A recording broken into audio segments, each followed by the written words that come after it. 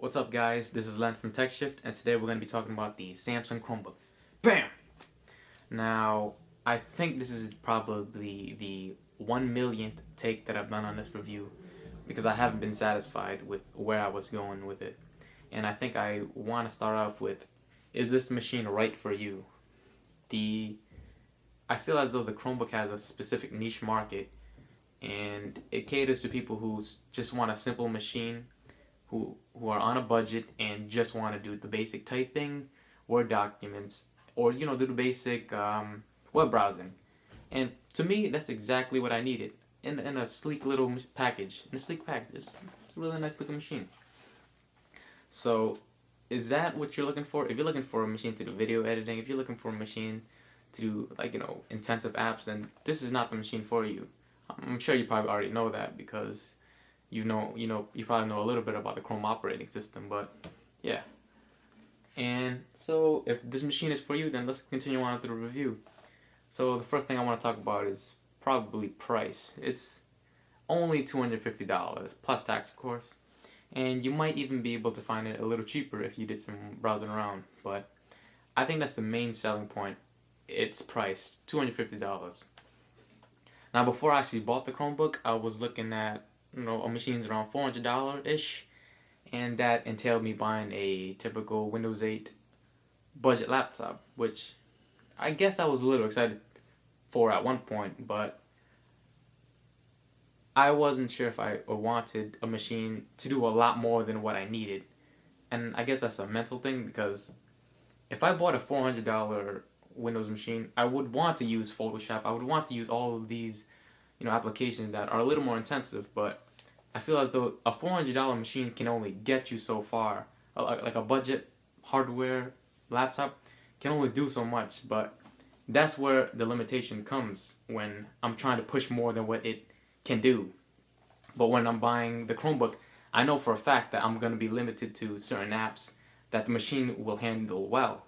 And I guess that's exactly what I was looking for. So when it came down to pricing, this machine was perfect. $250 plus tax.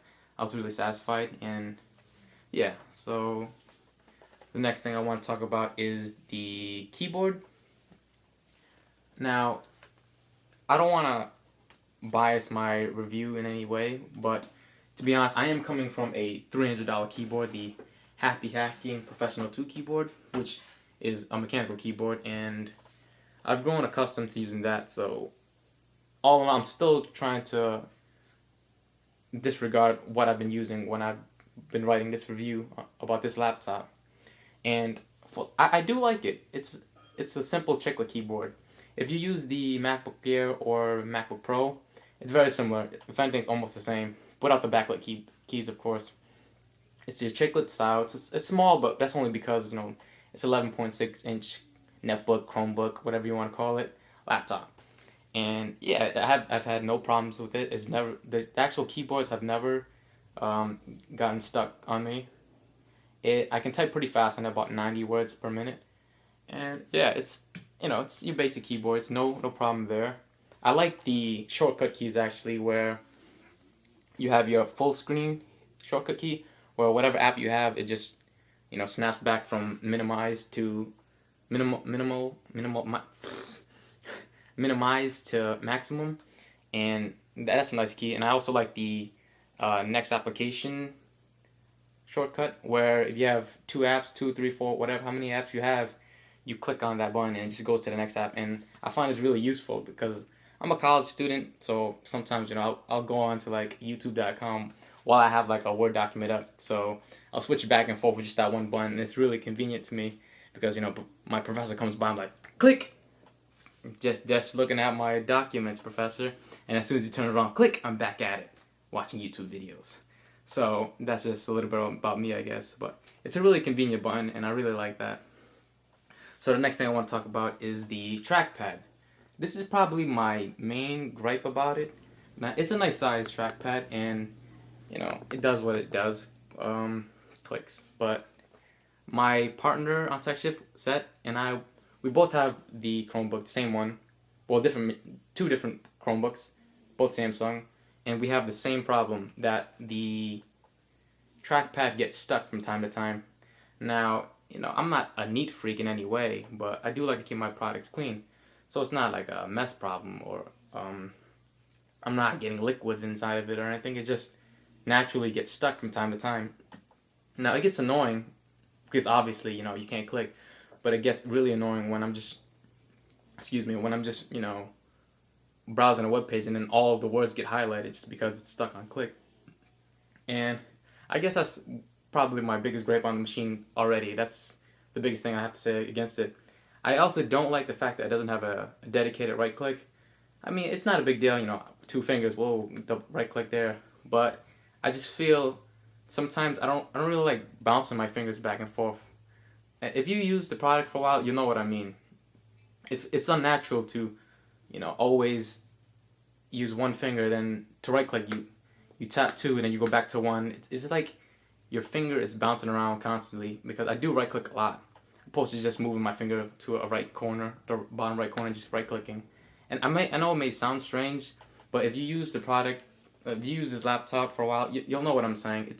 It's a little weird and it's a little, I guess, unnatural.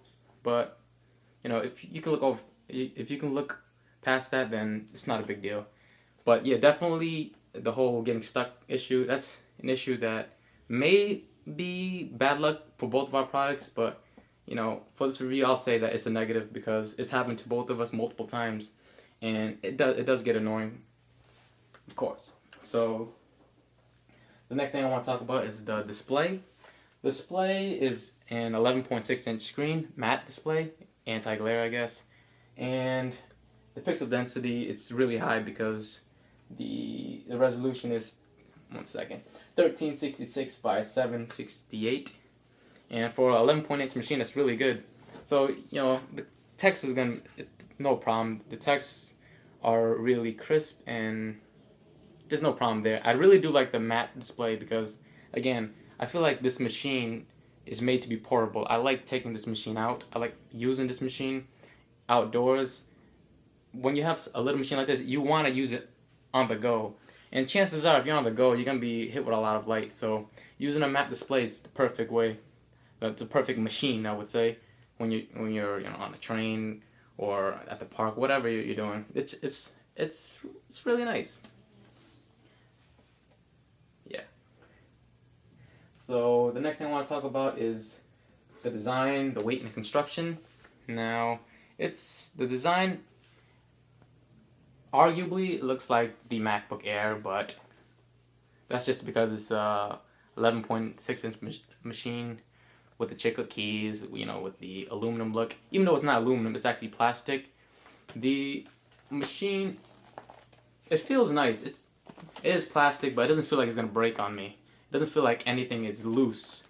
It's compact, and it feels like everything is nice and tight and sturdy. And coming from a $250 machine, that's really, really, really nice. I can't really say anything negative about the design. I think it looks nice. I know some people don't really like if you open it up here, they don't really like this little hump that sticks out. But I don't mind that at all. It's not a big deal to me. Design-wise, again, really nice, simple. From time to time, people say, that's a nice MacBook Air, and I'm like, thank you. Stupid, because it's only $250 and it's a Chromebook by Samsung. But yeah, I mean, I do get a lot of compliments on this machine. A lot of people like the looks. I like the look. Simple. Oh, that's up to you to decide if you like it or not. To me, perfect looking. The speakers, I would say decent. I guess that's another negative point. If you're in a room by yourself, then the speakers, it's great. You'll think, wow, this is so loud. But if you're in any environment that has anyone talking in the background, then it's gonna be really hard to hear. And again, to each their own. But I feel as though this machine, again, was made to be portable. So again, in a portable environment, when you're moving around, chances are there's gonna be someone talking. There's gonna be some people in the background. So just be sure to carry around some headphones with you if you do plan to use it. To listen to music, to stream videos, Yeah. Next thing I'll talk about is the actual Chrome OS. The Chrome OS, I love it because again, it's basic. Now, if I wanted to start this machine up, it takes a couple of seconds. It's off. I just clicked it. Here it goes. I don't know if you can see that, but it has a Chrome logo and it says Chrome. And it's on. That was from off, fully off, to on. Just gotta type in my password and I'm good to go. Now, I think that's a great part of this, like a great selling point of this machine as well. It's how fast it boots up. Now again, I've owned the MacBook Air. I've owned a ThinkPad that I've installed an SSD in, and they're quick. Don't get me wrong, and I love those machines. I did love them, but whoa, I'm sorry about that. But just because this machine is web based, everything is that much faster to like get into. Like you just saw it takes like 5 seconds to turn on from off to completely on. Which again, as a college student, this is really, really convenient because I have my book in my laptop in my book bag, and I go to class, I sit down, I pull it right out, and bam, in 5 seconds I'm already taking notes without any problems. And that's again a major selling point. You want to be able to do those simple tasks such as web browsing, editing Word documents in a timely fashion, and when I say timely fashion, I mean ASAP. So the actual when it comes to applications, it's hard for me to say because again, I use it for its basic functionalities. And I did browse the Google Play Store, and there is a significant amount of apps that you can download, which is a good thing. And if you're gonna use apps, then it'll run fine on the machine. You have everything like your basic Photoshop, not Photoshop, but like the imitation apps that you can download to replicate apps like that, and there's no problems with it at all. But let me log in really quick. For the most part, what you are getting from start is Google Chrome, Gmail, Scratchpad, which is what I use for note taking, YouTube, and the base calculator,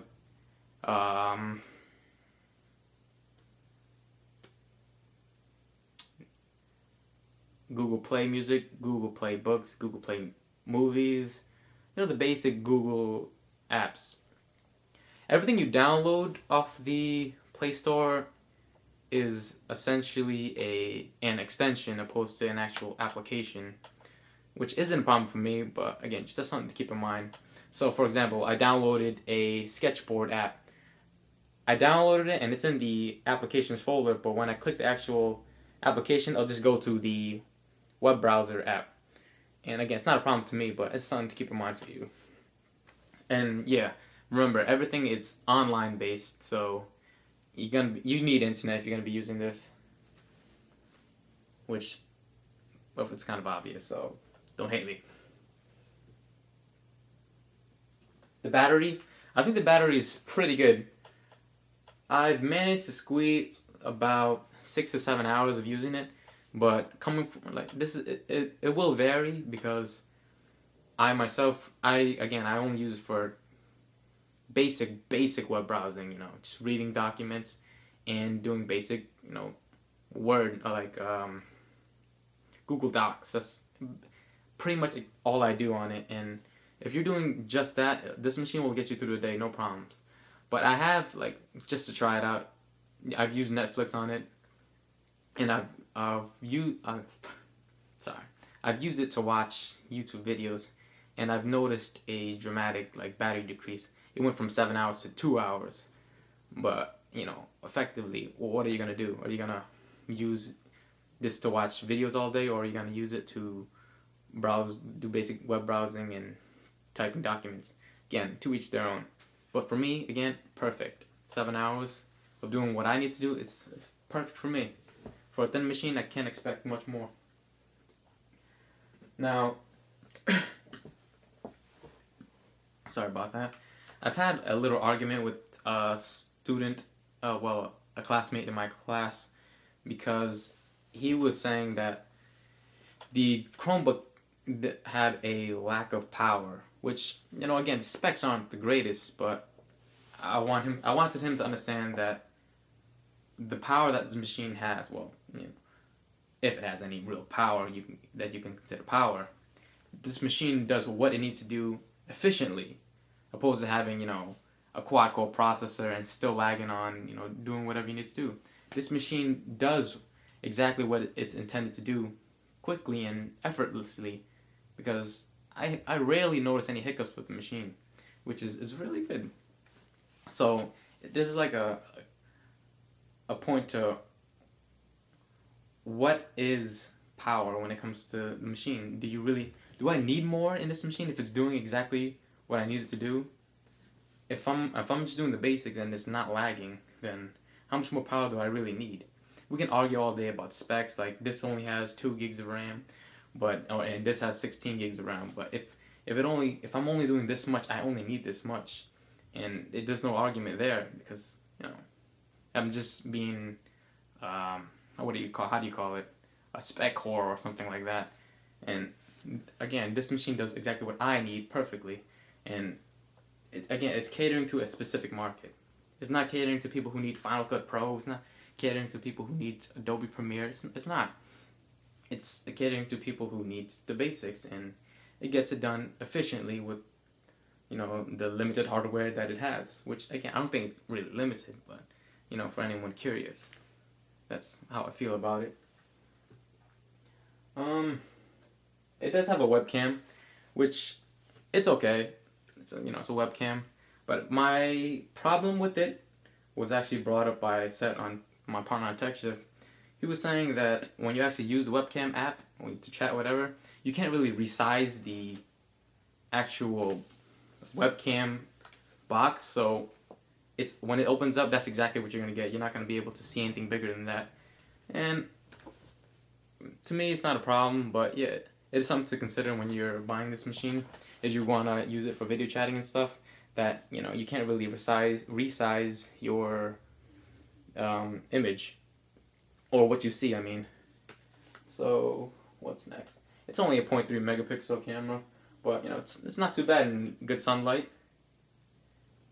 Next I want to talk about is heat. My machine personally, I've had no problems with heat. It's been really cool.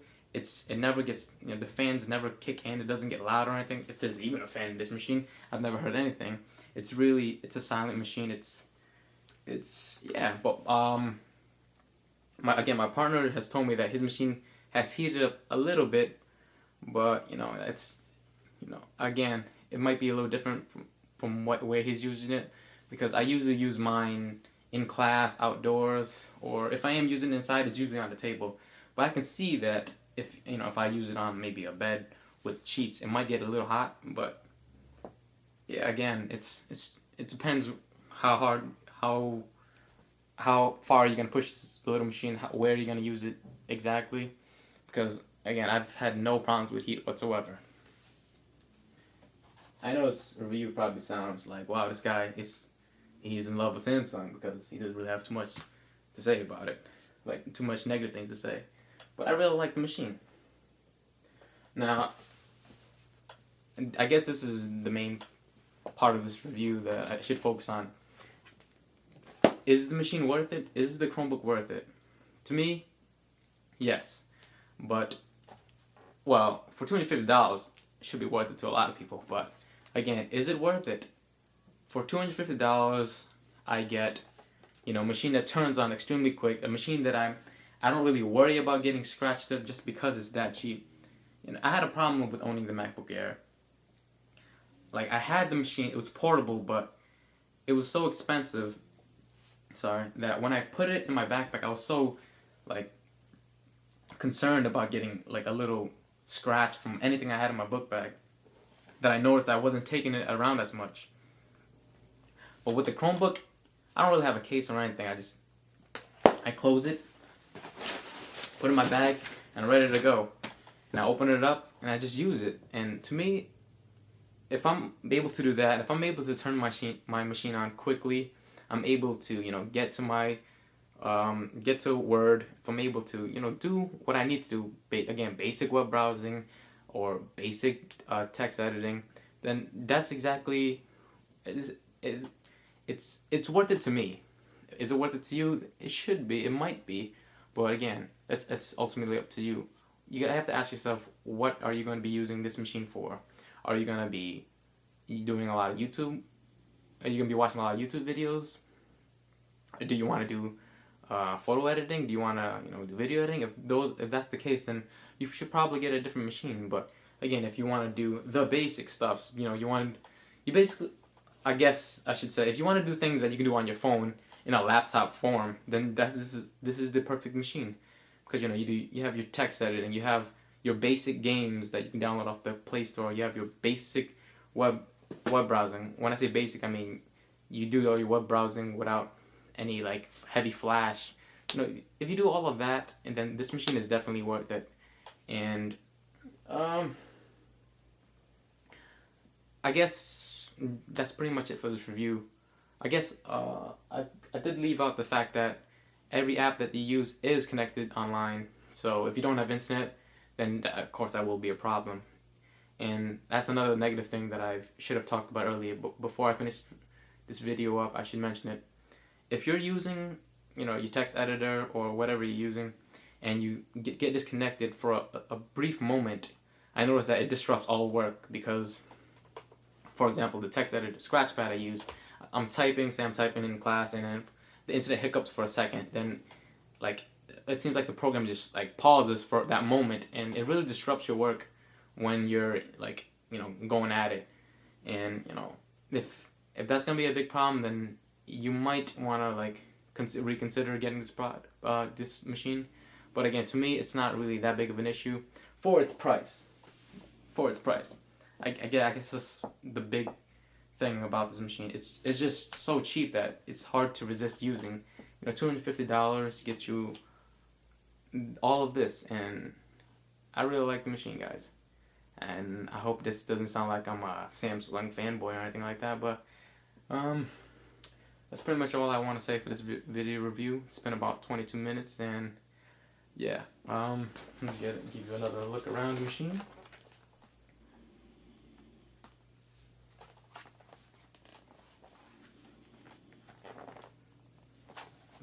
I'm not sure if it's in focus.